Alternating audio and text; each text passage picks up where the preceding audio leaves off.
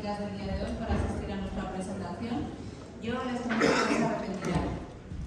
Les puedo asegurar que merecerá la pena porque tenemos la suerte de contar con 3 protagonistas de primerísimo nivel a los que también me gustaría agradecer su presencia aquí esta tarde. Manuel Lucena Giraldo, investigador del CSIC y director de la Cátedra del Español y la Hispanidad de las Universidades de la Comunidad de Madrid, es uno de los mayores expertos en la historia de América y autor de un sinfín de publicaciones dirigidas a divulgar la historia común a ambas orillas del Atlántico. Jesús García Calero, director de ABC Cultural y gran apasionado de la historia y de las navegaciones, diría también, ha dedicado innumerables páginas de periódico en su caso a contar la historia de nuestros antepasados.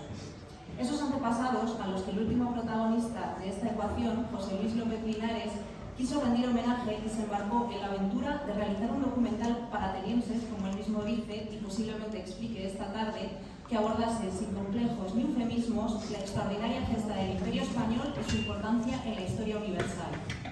Como buen alcalaíno, sacó a pasear su espíritu más quijotesco y consiguió vencer a los molinos de viento con un éxito incontestable en cines. Confiamos que a partir de ahora también lo sea en librerías, ya que precisamente la publicación de este libro es lo que venimos a celebrar aquí esta tarde. En nombre de Plaza Janés, José Luis, muchas gracias por dejar esta historia, que es nuestra historia, en nuestras manos. Muchas gracias a los 3.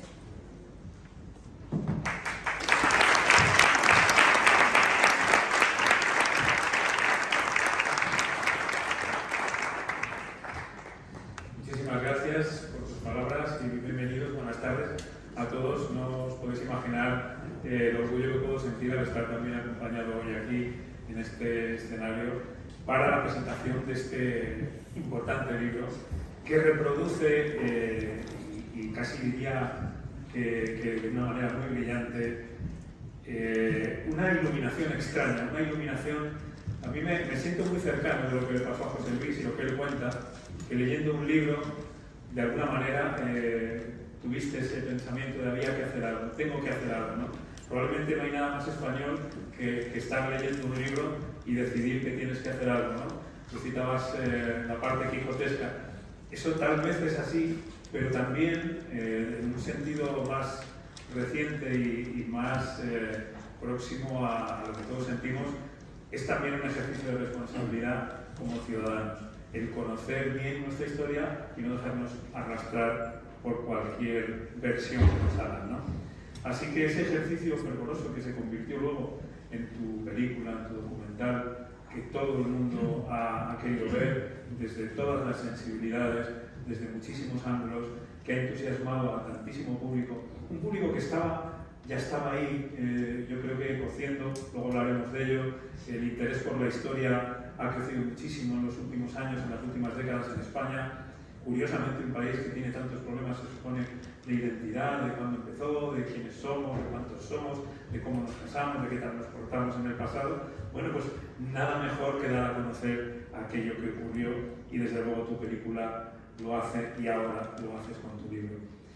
Nos acompaña también Manuel Lucena, director de la Cátedra de Español y de la Hispanidad de las Universidades de la Comunidad de Madrid, al que también en el periódico ABC, donde es nuestro crítico de referencia en temas de historia, pues hemos vivido a lo largo de las últimas décadas justo esto que comentaba, ¿no? El cómo estaba cambiando un poco la sensibilidad, cómo estábamos asistiendo a la oportunidad de contar de una manera, digamos, transparente, llena de complejidad, que es como hay que contarla, aunque sea perfectamente comprensible, esa historia de España, sin la cual, como muy bien decís en el libro, no se podría entender bien la historia de la humanidad, a pesar de quienes piensan lo contrario.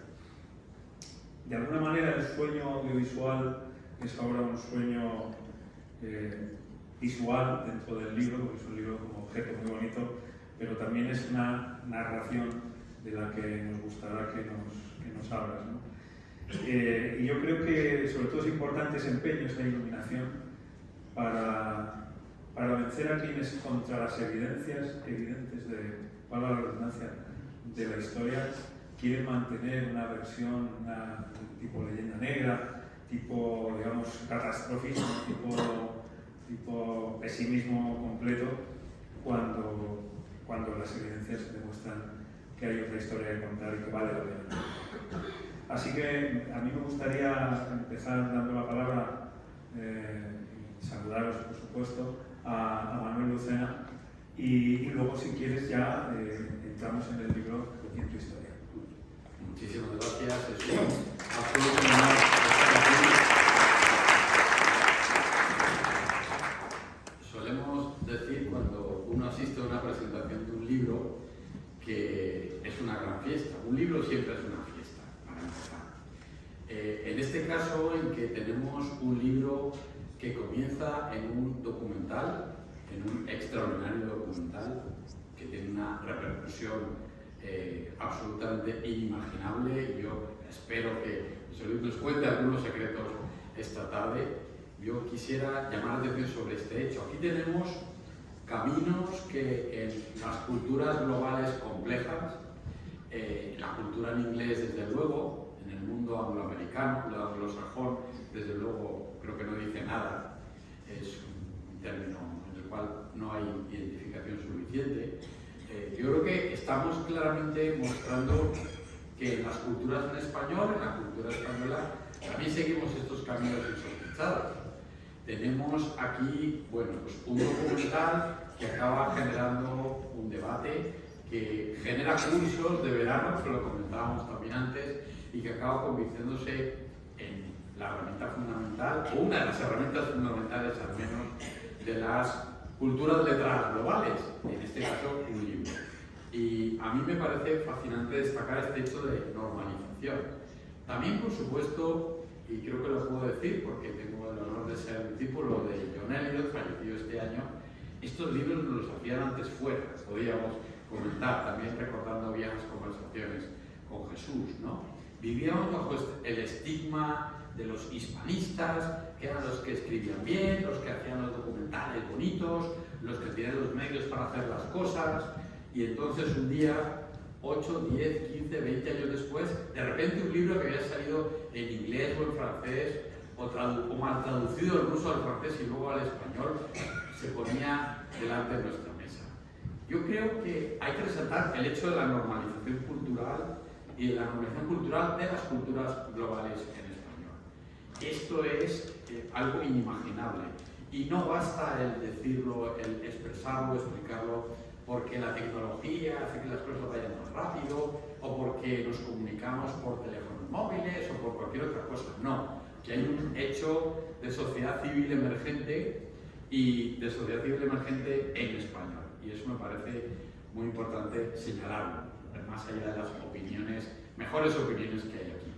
Y el segundo hecho que yo querría destacar, si os parece, tiene que ver con un enorme agradecimiento.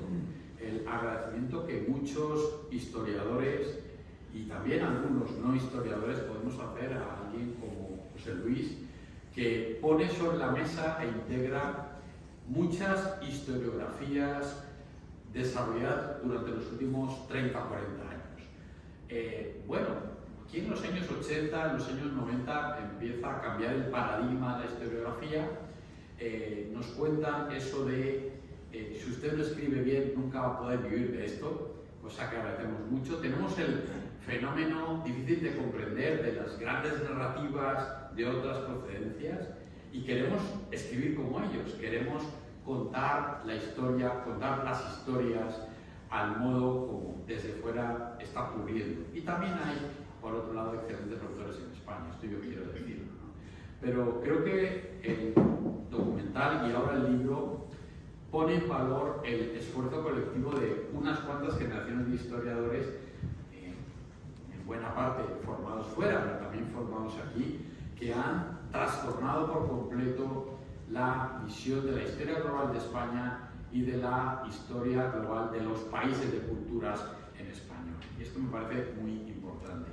No se explica la globalización sin la historia del Imperio Español, sin la historia de España en un sentido amplio, y creo yo que aquí tenemos una extraordinaria muestra de equilibrio y de actualización de ese trabajo que tantos historiadores hemos hecho modestamente desde muchos lugares del mundo, muchos de ellos fuera de España. Si la historiografía italiana, holandesa, mexicana, colombiana y por supuesto española Yo creo, José Luis, que desde luego esta maravilla documental y el libro no hubiera sido posible. Estamos en el centro de las interpretaciones de la globalización y sin humanidades, sin historia, simplemente no hay posibilidad de comprender y gestionar la globalización. Y esto es muy importante poderlo decir aquí. Gracias. Muy bien. Muchas gracias por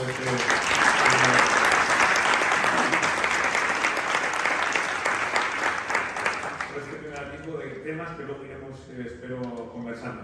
Pero antes que nada, a mí, José Luis, me gustaría mucho escucharte el relato de cómo te metiste aquí. Estar sentado leyendo un libro y ser director de una obra y autor de un libro como este. ¿Cómo hiciste ese viaje? ¿Dónde nace? Pues, buenas tardes.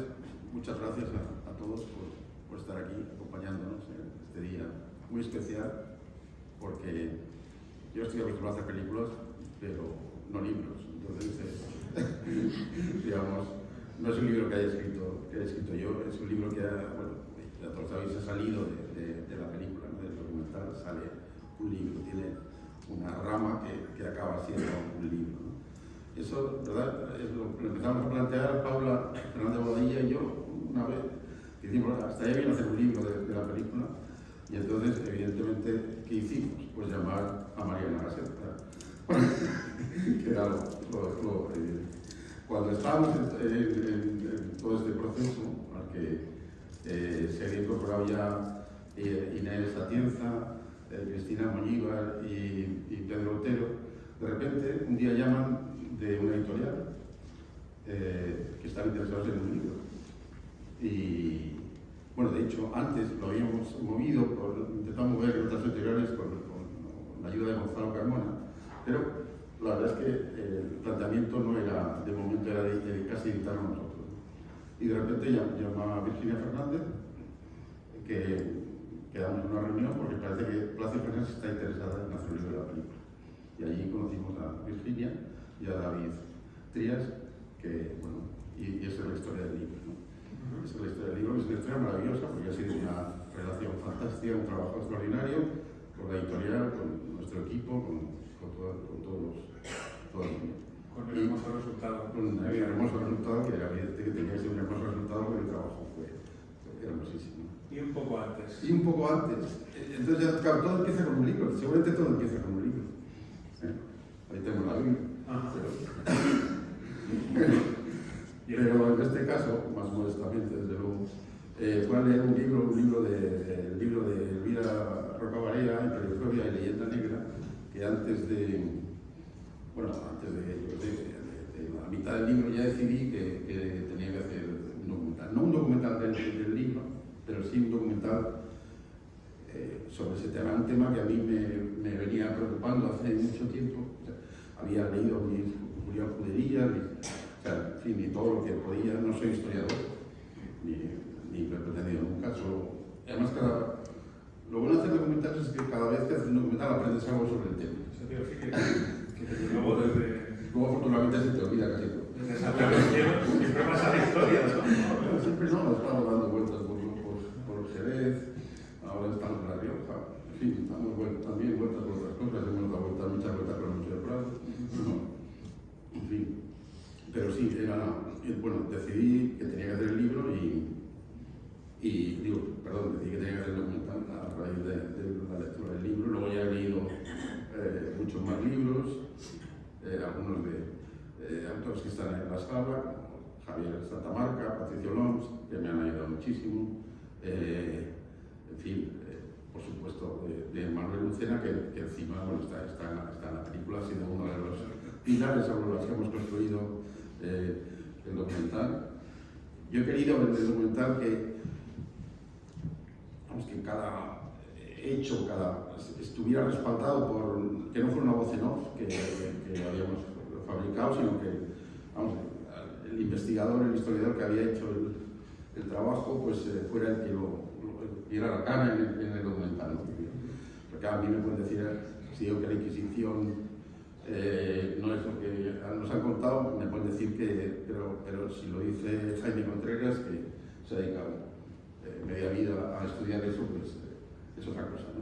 Entonces, bueno, eso como un ejemplo. Entonces, bueno, y la verdad es que fueron 3 años y medio de trabajo. Bueno, primero, claro, hay que hacer una película, pero luego hay que saber, hay que ver cómo se paga, ¿no? Ese fue el primer problema. Tuvimos la suerte de que el Ministerio de Cultura no nos dio las ayudas que suelen dar, y digo suerte porque eso nos permitió, bueno, nos impulsó a hacer una campaña nacional, un crowdfunding, en la que participasteis más de 1.600 personas. Yo me di cuenta de que desde que has empezado a contar estás hablando de nombres. Digamos que de alguna manera lo que has construido es una tripulación, tú eres un gran capitán del barco de esta portada, ¿no? Y en el crowdfunding se demuestra que digamos que hiciste una leva de marinería para que todo el mundo participara. A mí me gustaría saber primero si hay alguna anécdota divertida con respecto a esto, ¿no? El cómo antes de ver la película mucha gente ya estaba sintiendo lo mismo que tú sentiste al leer el libro de Elvira, esta necesidad de dar un paso adelante, que yo creo que tú has de alguna manera simbolizado para mucha gente, ¿no? Y animado a mucha gente. Y ver un poco qué otras cosas te quedaron en la mochila de ese viaje. Pues, no, evidentemente, ya tengo 1.600 personas, como menos, que sintieron esa necesidad y la necesidad de apoyar un proyecto del que muchos no conocían, por supuesto, al autor, ni tenían ninguna garantía de que aquello iba a funcionar o de que yo me iba a jugar por la pasta. Que no había ninguna garantía, digamos. Ahora en el segundo proyecto ya parecía un poco más de garantía, pero entonces era una apuesta a ciegas, realmente. Hablamos un paréntesis, el segundo proyecto es que ahora hay un crowdfunding en marcha para el segundo proyecto, sí. Para Malinche. Pero me gustaría saber, cuando uno se pone a bucear para investigar, y lo digo porque a mí me ha ocurrido también, uno conoce su historia pero no conoce todo. ¿Qué cosas de las que has podido investigar y no conocías te impresionaron más? ¿O qué miradas hacia nuestra historia en el desarrollo del documental te quedaste un poco más sorprendido de conocer? La primera quizás, y por eso arranca el documental con esta historia, es la de la relación del imperio español con China, la importancia que tuvo la plata americana como moneda que los chinos aceptaron monedas el real de 8 hasta el siglo XX, como todo eso, por eso empezó la película con esa idea de lo que fue la primera globalización, porque a mí me sorprendió, yo no tenía ni idea de que había, realmente todavía pensaba que el mantón de Manila se hacía en Manila, que no sabía que, me había parado a pensar, me había contado que la importancia que tuvo China en la relación con como el imperio español, el imperio de los Habsburgo, la relación con el imperio Ming y la creación de ese comercio que duró 250 años sin interrupción. Pues eso, digamos que era una cosa. Por eso pensé que había gente que tampoco lo sabía y pues empezamos la película con esa secuencia para, ya que te cuentan algo que no sabes, pues parece que te enganchan. Sí, claro. Entonces, digamos, esa fue la idea de comienzo de la película, quizás lo que más me sorprendió. Luego había otras cosas que sí sabías, pero que había que contarlas, ¿no? O sea, que una película es una historia tan compleja, que das tantos saltos en el tiempo, que hay tantos temas que tratar, ha sido una película compleja de resolver, de editar y de llevar a cabo. Vemos un pequeño salto. Yo llevo tantos años hablando de todos estos temas con Manuel que según estás contando esto, yo me estoy acordando de la primera vez que yo conversé con Manuel sobre la plata, China. Yo creo recordar incluso de cuando se acabó el galeón de Manila hubo una crisis en China, porque no llegaba la plata, ¿no? Creo recordar, o sea que había consecuencias globales en aquel estado. Está incluido, tenemos que empezar a hacer publicidad, José Luis. Sí. está incluido en este magnífico libro de todos ustedes, además de haber visto ya la película, pero evidentemente aquí el gran asunto es que China es el centro de la economía del mundo hasta la revolución industrial y la monarquía española y las redes de la plata del Imperio Español son las que sustentan una balanza de pagos deficitaria con China.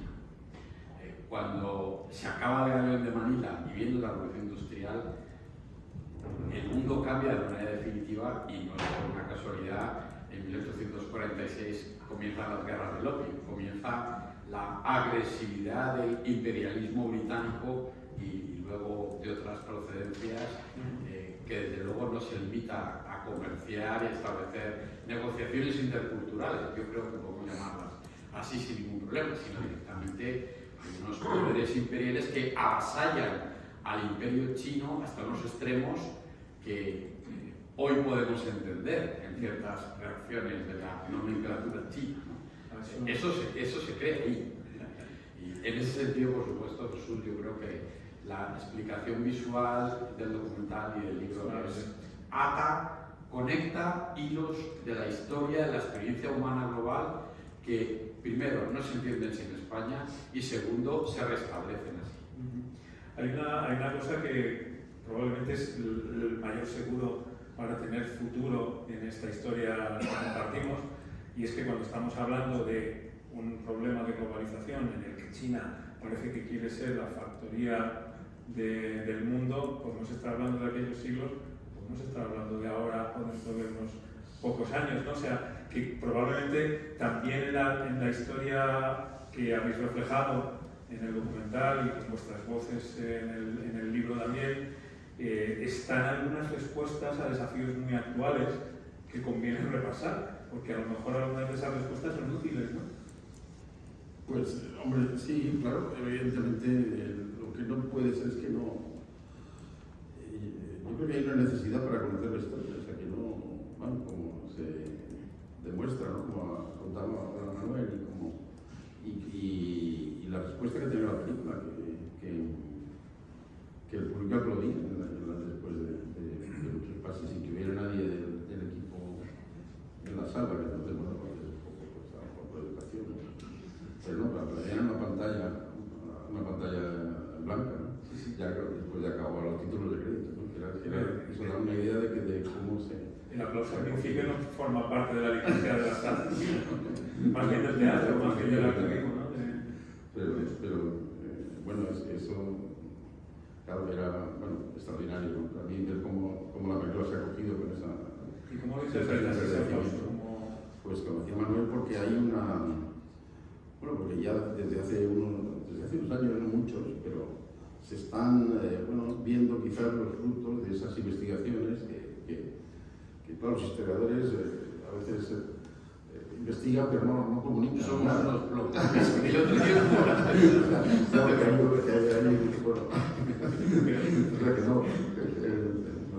en muchos casos no es el tuyo precisamente, que haces unos libros extraordinarios que se leen con mucho interés y también... Lo quiere arreglar, Pero en general los historiadores no han hecho una historia para que se lea, ¿no? Entonces, de hecho, muchos de los grandes éxitos de libros de historia no los escriben historiadores. Bueno, hay un gran avance de libros de divulgación, de novelas históricas, aquí hay bastantes autores, eso no había pasado.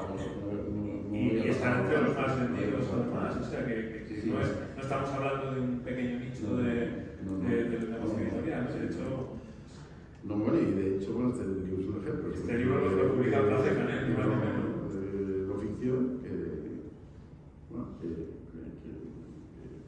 ha sacado más que muchas novelas. Un tratamiento mayor de muchas novelas. Tal vez uno de los secretos de este éxito es que habéis sido capaces de contar con todo el rigor que aportan las voces de los mayores expertos en cada campo, pero lo habéis podido contar un poco como una aventura en la que estamos todos involucrados, ¿no? ¿No te parece que ¿Eso era un poco lo que estabas buscando al escribir el guión? ¿O? No, es que yo la verdad es que no buscaba nada. Es decir, no buscaba nada. Yo hice la película porque pensé que tenía que hacerlo, pero no buscaba nada. Me he encontrado muchas cosas, pero realmente no estaba buscando. No, la hice solo porque pensé, porque sentí que tenía que hacerlo. Y no sabía qué esperar. O sea, pero bueno, no es que la cayera en un desierto, sino había ya una siembra en la que se pudo. Pero ahí, si me permites, hay un elemento interesante, o dos elementos interesantes, José Luis. Primero, y lo digo aquí, por supuesto, desde el sesgo de ser un historiador profesional, de repente resulta que se puede contar en imágenes lo que has leído en textos. De repente resulta que las caras de los personajes, de los lugares, de las ciudades, de los puertos, de esas imágenes increíbles estaban en un archivo cultural, y ese es el otro elemento. Es decir, primero, se puede contar mediante imágenes, la lectura y el texto, las imágenes y los textos no son enemigos irreconciliables, como estas tonterías de los años 60 tan nefastos de las dos culturas, de la ciencia y las humanidades, como si fueran enemigos. Solo pueden ser amigos. Con las imágenes y los textos ocurre lo mismo. Yo creo que ahí hay una deformación profesional para bien, en la cual, y lo digo por supuesto también como espectador, resulta que todo eso que nos ha venido a través de los textos y el trabajo de archivos de bibliotecas y algunas imágenes, se pueden contar con imágenes las cosas, y eso actualiza y expone de una manera fascinante eso que resulta que hemos estado estudiando durante tanto tiempo. Y lo otro, y yo creo que es muy importante, tiene que ver con la conexión con el archivo cultural. Es que estas imágenes, esos dibujos, esos textos, están en los archivos españoles y hispanoamericanos, están en las bibliotecas. O sea, conectar con el archivo de la experiencia que nos ha precedido, a mí me parece absolutamente fundamental. Cuando más se presupone, por ejemplo, la gente joven, yo escucho eso de vez en cuando, ¿no? Me enfada mucho. Tiene menos interés. Lo que necesitamos es poner en valor nuestro archivo de experiencia como españoles, para empezar, en primer lugar. Y yo creo que ahí la aportación del documental es muy importante. Así que yo creo que es crucial añadir esas dos cosas a lo que tú cuentas, quizás con una excesiva modestia, voy a decirlo así. Parte de esa experiencia humana, y me vais a permitir ahí un pequeño inciso, es sin duda la aventura de llegar a los lugares a los que había que llegar. Cuando yo empecé a dedicar a hacer información relativa sobre todo a la historia naval, lo hice para defender un patrimonio que estaba totalmente invisibilizado, que nadie valoraba y que dejábamos de vez en cuando que alguien viniera a expoliarlo. Parecía algo normal, y esa experiencia humana es la base de todo lo que ocurrió. Es decir, el hecho de que pudiéramos llegar vivos, llevar a 500, 600 personas y que llegaran vivas al otro extremo del mundo, nadie lo había hecho antes, y eso introdujo un proceso de innovación, un proceso de investigación, un proceso de excelencia que realmente es incomparable en esos siglos en cualquier otro lugar. En el libro está muy reflejado la Casa de la Contratación, el Padrón Real, todo lo que iba ocurriendo en Sevilla como capital a la que iban llegando todas las nuevas de todas las navegaciones, de todos los mares, donde todo era secreto por otro lado. Y hemos pagado un poco un alto precio porque todo fuera secreto, como se ha visto después, que parece que la ciencia comienza con Galileo, cuando en realidad hay que retrotraerla hasta los inicios del siglo XVI y a Sevilla, ¿no? Esa parte de la historia, José Luis, ¿cómo llegaste a ella? ¿Cómo te pareció el hecho de cómo se hace la maquinaria, digamos, en la que se reflejan todos los avances? Yo siempre había pensado que era imposible mantener un imperio de 300 años sin dominarla, sin inventar nada. O sea, eso es algo que a cualquiera que piense un poco no le cabe en la cabeza, pues eso es lo que nos han vendido. Entonces... Sí, pero todo de cadencia. Todo de cadencia. Y bueno, entonces, bueno, la verdad es que fuimos a la Universidad de Salamanca y bueno, entonces empecé a descubrir lo que había sido Salamanca, ¿no? Ahí la idea que rescatamos es la de el cálculo del cambio del calendario gregoriano que se hizo en Salamanca, ¿no? Y bueno, era algo que por supuesto yo tampoco sabía antes de empezar la película, ¿no? Entonces realmente es una de las cosas que te sorprende y que bueno, que da pie a seguir a iniciar un interés del espectador si quieres por aprender más, ¿no? Podríamos hacer, bueno, incluso plantear una serie sobre Salamanca, lo que el mundo le ve a Salamanca, ¿no? A la Universidad de Salamanca, ¿no? Que sería una serie hermosísima, ¿no? Pero ahí está la legislación internacional, los derechos humanos. Está el calendario, hay matemática, química, física, bueno, está apuntada en la película, ¿no? Sí, sí. O sea, participa Darwin en su... O sea, que sería una serie muy larga y maravillosa que seguiría muchas cosas. En esto de lo que decías al principio, yo sin ver más, Manolo es uno de los conceptos que mayormente ha defendido, que es un imperio de ingenieros, ¿no? La relación, sí, sí, es el último libro que habéis hecho con Fernández Armesto, ¿no? Que es una maravilla, es el imperio de la innovación, pero que siempre tú has puesto el énfasis en la duración. Nada puede durar si solo decadencia. Claro, ahí es donde el sesgo neurolegendario, la falta de autoestima, la falta de ambición intelectual, que la historia al final es la visión del pasado que tiene cada uno y la explicación de los paisajes culturales que nos rodean, que cada uno nos otorgamos. Eso es así de sencillo, ¿no? La historia no es de los historiadores, es de los ciudadanos, como has planteado anteriormente. Nosotros lo que intentamos, y coincide plenamente con el programa cultural, educativo y yo creo visual que está detrás del libro, tiene que ver con, bueno, pues siempre nos cuentan por qué empiezan los imperios y por qué terminan, pero nadie explica por qué duran, ¿no? Bueno, Felipe en muchas conversaciones señalaba que los imperios dejan una religión determinada, dejan unas determinadas formas gastronómicas, la historia de los alimentos le interesa muchísimo, una manera de organización, eso que llamaríamos un estilo de vida, todo eso está vinculado a los grandes imperios globales y desde luego tenemos un vacío en medio, ¿no? Porque contamos la historia de España sin América, la historia de América se cuenta sin España, con lo cual estamos condenados a no entender nada y permanecer en unas escalas ridículamente pequeñas, entre 1825 y 1870, como mucho.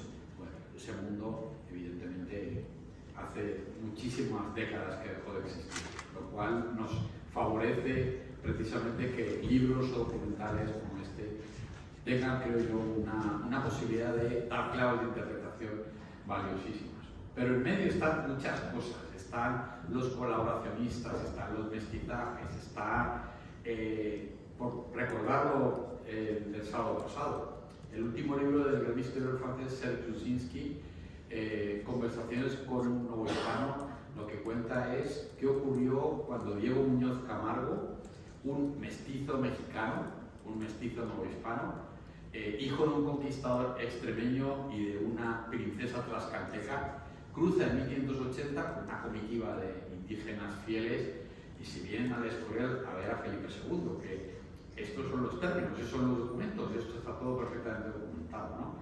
Y lo que nos cuenta Lusinski, que imagina un diálogo ahí, es un diálogo del mundo actual y del pasado como clave del futuro, es que Felipe II claramente le cogió gusto a conversar con Diego Muñoz Camargo. Claro, conversar con un indígena tlaxcalteca, uno imagina que él como Felipe II tenía que valorarlo mucho, él lo recibió 3 o 4 veces, nos cuenta Serge Lusinski precisamente ahí. Pero es que ese es nuestro mundo, es que somos eso, somos esa conversación, somos ese mestizaje, somos esos balances de globalización que al final nos explica por qué estamos aquí. Creo que quizá aquí cuando definimos la historia global Siempre decimos que es una gran narrativa, que es optimista y que hace un balance de la experiencia humana en positivo. Porque si no hubiera habido más personas antes que nosotros que conversaron, tradujeron, cocinaron o hicieron documentales, pues es que no estaríamos aquí, sencillamente, ¿no? Pero hay que mirar con mucho orgullo y con mucha autoestima, en este caso, la historia de España. Todos estos elementos que estás citando probablemente marcan otro de los grandes ejes de la obra, del documental y del libro, que es el hecho de que hay un esfuerzo, digamos, por, o sea, no más que un esfuerzo, hay un hecho, y es que se genera una nueva civilización con la mezcla de lo que había allí y de lo que llevábamos nosotros, ¿no? Evidentemente, con todos los choques militares del principio, con los abusos que se produjeron, que no se pueden negar y que también están en los documentos y en los libros de historia, pero evidentemente también con todo el florecimiento cultural, el florecimiento religioso, sincrético, de todo tipo, gastronómico y hasta los documentales, que podríamos decir, y de libros. Eso es una cosa probablemente muy singular en cualquier otro imperio que haya pisado la tierra y probablemente solo comparable con el romano, ¿no? Que también obraba de esa manera, digamos, asumiendo las poblaciones a las que iba conquistando. Sí, desde luego, ¿no? Bueno, ya con la diferenciación del Estado bueno de los imperios, el imperio español habría sido un imperio generador, no un imperio depredador. Eso es, bueno, es tan evidente ya, está tan demostrado, hay tantos documentos, hay tantas, que ya casi es insistir, es como... Pero hay que insistir, claro, porque, bueno, yo he hecho, la verdad que hice la película, bueno, la verdad planteada como una conversación con el pasado, con nuestros antepasados, y una conversación también para los que todavía no han nacido. La historia en realidad es eso, ¿no? Yo creo que todo sale así, como una conversación que une los que ya no están, los que han sido, los que dedico la película al final digamos, esta película está hecha en memoria de nuestros antepasados y para nuestros hijos. Y esa ha sido la intención que he tenido de hacer la película. Y la película está hecha, y por lo menos he intentado hacerla como si fuera una conversación del presente con el pasado. Y creo que es algo tan interesante que es una lástima que no lo perdamos. O sea, que eso es sobre todo. Hay que ampliar esa sí.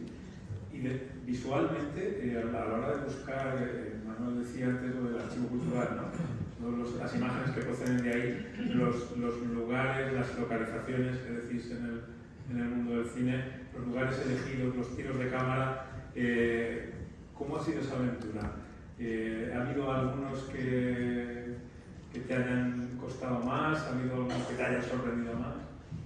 ¿Puedo poner una cuña publicitaria? El Archivo General de Simancas es el más antiguo archivo del mundo. Es el primer momento en el cual una autoridad centralizada, monárquica, se da cuenta de que tener los datos guardados en un sitio es fundamental para desarrollar un estado burocrático. Y segunda cuña publicitaria, en la época de Carlos III, el Archivo General de Indias se organiza para contar la historia de España en América y América en España. Es una historia de una nación española. Allí hay 42 kilómetros de papel, uno a uno, folio a folio, a su disposición, a disposición de los investigadores, para que descubran cuáles son las fuentes de la historia y los testimonios de una muy eficaz burocracia. Y perdona que haya interrumpido, es que eso está ahí. Y sobre todo, creo que no hay en ninguna otra parte del mundo nada parecido. O sea, los ingleses cuando abandonan, cuando dejan sus colonias de los años 50, 40 y 50, se dedican a quemar documentos. O sea, montan una expedición, el MI5, pero aunque hay documentos que no es que el embajador queme la chimenea, no. O sea, montaron hornos crematorios, toneladas de documentos en la India, en Kenia. O sea, fue una... claro, eso también los historiadores ingleses hispanistas que venían aquí entraban en Simancas y bueno, yo aquí me quedo.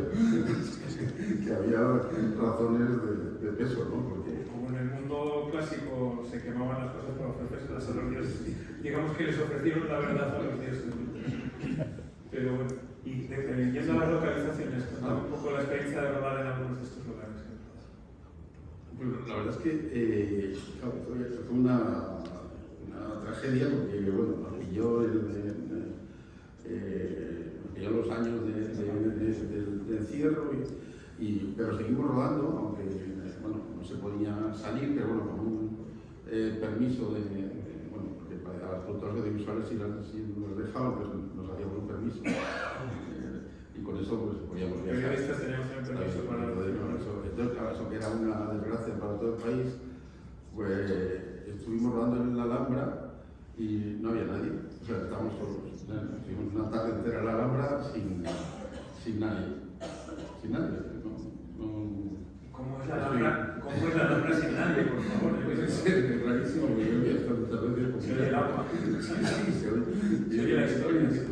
Es increíble. O sea, no nos cruzamos con ningún otro visitante. Ni fantasmas. Ni fantasmas tampoco, pero los fantasmas estaban también, yo creo, recluidos. Y bueno, también bueno, en Burgos, en la catedral, o sea, tuve esas contradicciones, esas ventajas también bueno, y por suerte pudimos seguir rodando. Y luego, claro, lo que pasa es que los archivos son lo que hay en la cartografía española, es algo que no tiene, o sea, es un tesoro increíble, o sea, pero mires para donde mires, o sea, que da igual, los archivos están llenos de, o sea, lo difícil ha sido, pues, no sé, no dejar de seguir rodando, de contar historias, ¿no? O sea, lo difícil de esta película ha sido dejarla en 1 hora 55 minutos, ¿no? O sea, eso ha sido más difícil, porque hemos dejado un montón de historias maravillosas y de cosas interesantísimas. Y a veces, como dicen los ingleses, no sabes si con el agua del baño has tirado al niño. Eso es el miedo de montaje. Pero sí, eso es lo más. Vamos, claro, en la Catedral de Granada, en el sepulcro de los Reyes Católicos, también, o sea, no nos abrían los sitios para rodar, o sea, era muy especial. Vosotros que participabais como voces en determinados lugares. A nosotros José Luis no nos llevaba a estos sitios buenísimos. Teníamos el honor de que nos recibía en algunos lugares, donde era posible rodar, y de repente aparecía un señor muy amable que empezaba a hacernos preguntas interesantes, que eran las preguntas que siempre habíamos esperado, ¿no? Es como, con todos mis respetos, el chiste famoso de se sube un taxi y dice, sí, ese coche, ¿no? Bueno, pues por fin alguien te dice, sí, ese coche. Por fin hay alguien que se interesa de verdad, de manera comprometida y absoluta, por que contemos esto que hemos descubierto en los últimos 25 años, que insisto, tiene que ver con el papel crucial del Imperio Español en la formalización del mundo global. Es que no hay otra manera de explicarlo. Por eso es tan importante la historia de España, por eso la leyenda negra del siglo XX, que es del siglo XX, tiene su desarrollo, y por eso, bueno, pues hay tanta gente interesada en conocer las diferentes capas de experiencia anteriores que hay. Pero yo, sobre todo, lo que recuerdo, José Luis, es efectivamente, en mitad del confinamiento, el permiso especial para ir a responder preguntas difíciles durante un tiempo completamente imposible de prever. Y en ese sentido, la amabilidad enorme de José Luis es lo que yo creo que todos nosotros recordamos. Luego, bueno, por supuesto, allí hay, creo yo, están presentes, lo digo desde la modestia, pues, francamente, personas que llevan muchos años estudiando, trabajando, leyendo, que forman parte de una academia global, que eso es otra cosa también muy importante. Hay grandes historiadores, hay grandes universidades en España, es un país destino de los estudiantes internacionales. No se crean los rankings, que estamos malísimos y no sé qué. Eso es una leyenda negra del enemigo que no quiere que vengan los estudiantes de España a aprender español en entre otras cosas, y por el contrario, ahí yo creo que las preguntas de José Luis yo creo que fueron siempre, bueno, pues habían definido un escenario, han leído mucho, ¿sabes? Han leído mucha historia y muchos historiadores para llegar a formular esas preguntas, José Luis. En eso, confiésalo con toda claridad. Y yo tengo una pregunta para hacerte, la de ¿qué pasaba cuando la gente aplaudía? ¿Tú qué sentías? Yo quiero hacerte esa pregunta también. Yo no estaba. Pero cuando lo contaba, en fin, me ponía muy contento. O sea, me sentía, no sé, sentía que todo había merecido. O sea, la verdad es que esta película no solo me ha dado la satisfacción de que la ha visto mucha gente, sino la verdad es que también he hecho muchos amigos en esta película. Y eso es quizás a mi edad ya, que ya no está uno, pues es más difícil hacer amigos a estas edades, pero creo que eso ha sido un regalo inesperado. Aún aprendo lo que decía, bueno. Sí. Oye, y como estás haciendo Malinche, el proyecto, no me gustaría que acabas si nos cuentes un poco. Has estado en México investigando, qué te encuentras por allí, qué voces hay, cuál es el plan. Cuéntanos tu plan. Bueno, porque vas a hacer también crowdfunding. Sí, estamos haciéndolo ya muchos ya lo saben muy bien, ya son partícipes de este nuevo proyecto.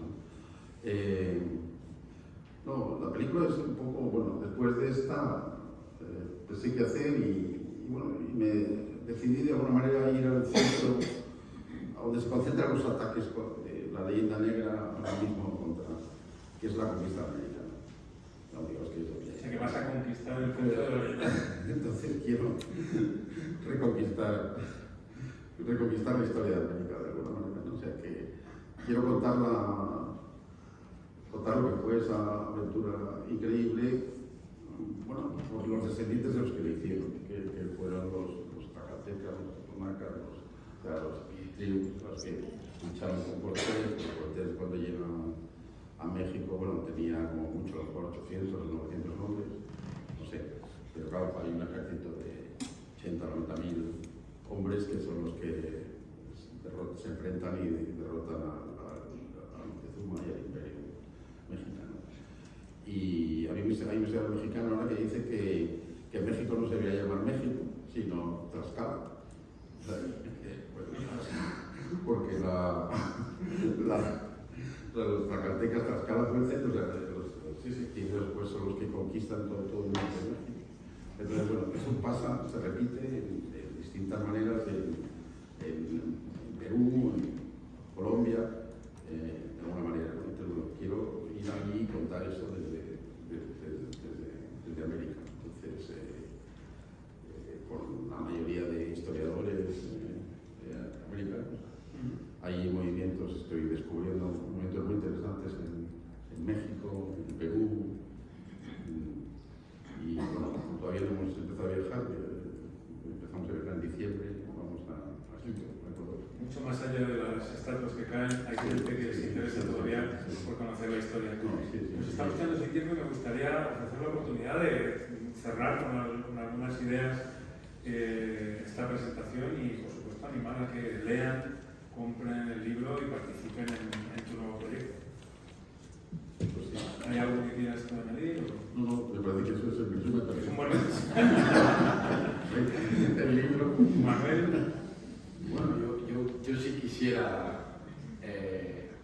señalar que el libro es una reivindicación también, y una reivindicación en la dirección adecuada de la historia de España y de la autoestima de los españoles, y también de aquellos que compartimos las culturas en español, que es el segundo idioma global, ¿no? O sea, como decía Fernando López de la Fuente, es el petróleo que tenemos, ¿no?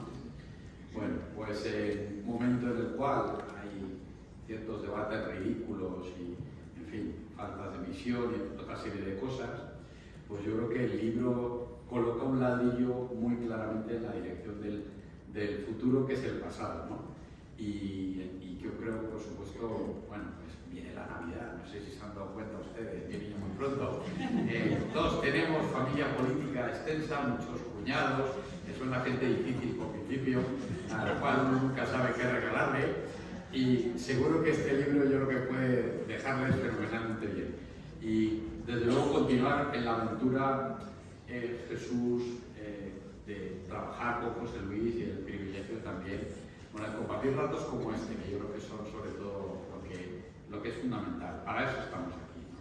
Muy bien, pues muchísimas gracias a vosotros dos, de verdad que ha sido un placer estar con vosotros, a Virginia, a David como editores de este maravilloso volumen que hoy hemos presentado y al que deseamos una enorme singladura, que sea global como el espíritu que lo alienta, que lo compre todo el mundo. Muchas gracias.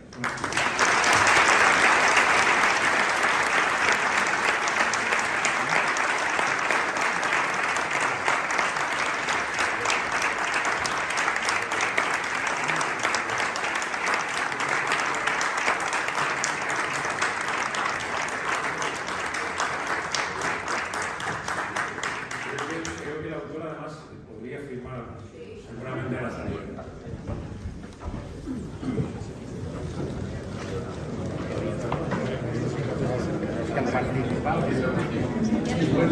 ¿Eh?